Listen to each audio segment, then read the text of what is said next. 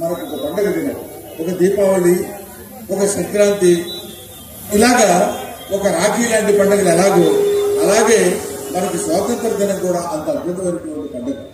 ఈ స్వాతంత్ర పండుగ అంటే ఏదో జెండా పట్టుకుని మనందరం చాలా పోతున్నాం ముందే మాత్రం అని మనం పాట పాడుకుంటే సహజమైనటువంటి విషయమే అయినా కానీ ఇప్పుడు మనం గుర్తుంచుకోవాల్సినటువంటి విషయం, మనం స్మరణలో తెచ్చుకోవాల్సినటువంటి విషయం ఏంటంటే మన కోసం మనందరం ఇక్కడ ఉన్నాం, మన కోసం మన దేశం కోసం ఎక్కడో బోర్డర్స్ లో ఉండి చలికి ఎండకి వానకి తడుచుకుని భార్యా పిల్లల్ని వదిలేసి ఎక్కడెక్కడో ఉన్నటువంటి వాళ్ళందరూ వాళ్ళ జీవితాన్ని త్యాగం చేసి మన దేశాన్ని రక్షించడం కోసం ప్రయత్నం చేసి మనల్ని హాయిగా ఇవాళ ఇక్కడ ఇంత ఉత్సాహంగా మనం ఉండటానికి కారకులైనటువంటి జై జవాన్, జై జవాన్, జై జవాన్.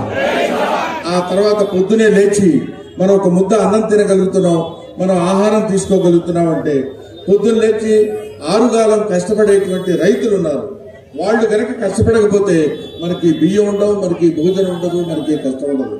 ఎప్పుడైతే కష్టపడి వాళ్ళు చెమటొడ్చి మనకి కావాల్సినటువంటి ఇన్ని కోట్ల మంది 140 కోట్ల మంది జనాభాకి వాళ్ళ ఆహారాన్ని పంచేటువంటి రైతు దేవుడు, ఆయన రైతు బంధుకి జై కిసాన్, జై కిసాన్, జై కిసాన్ అని నినాదం చెప్పినటువంటి లాల్ బహదూర్ శాస్త్రి గారు ఉన్నారు.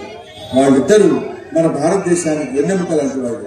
వీళ్ళు బ్రిటిష్ వాళ్ళు మనం పరిపాలించేటప్పుడు ఇక్కడ అద్భుతమైనటువంటి సేవ చేసి ఎంతో కష్టాలు పడి ఎన్నోసార్లు జైలుకి వెళ్లి బ్రిటిష్ వాళ్ళ చేత దెబ్బలు తిని ఎన్నో ఇబ్బందులు కోర్చుకుని ఆడ మగ అనేటువంటి తేడా లేకుండా ఎంతో మంది ఎన్నో రకాలుగా ఈ దేశానికి స్వాతంత్రం రావడం కోసం ఎంతో కష్టపడ్డారు.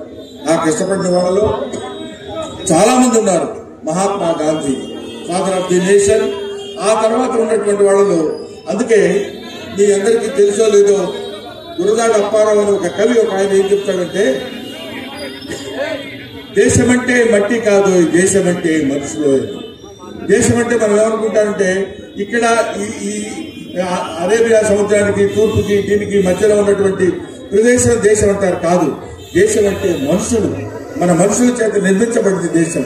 వీళ్ళు తిండి కలిగితే కండగలదు, కండగలవాడేను మనుషు అన్నాడు. అప్పుడు తిండి కలిగితే బాగా మనం తినగలిగితే కండ ఉంటుంది. కండున్నప్పుడు వాడు ఒక దేశభక్తుడిగా మారడానికి, తన దేశాన్ని రక్షించుకోవడానికి ఉపయోగపడినటువంటి భగత్ సింగ్ యువసేన అని పేరు పెట్టినటువంటి మిస్టర్ లడ్డూ యాదవ్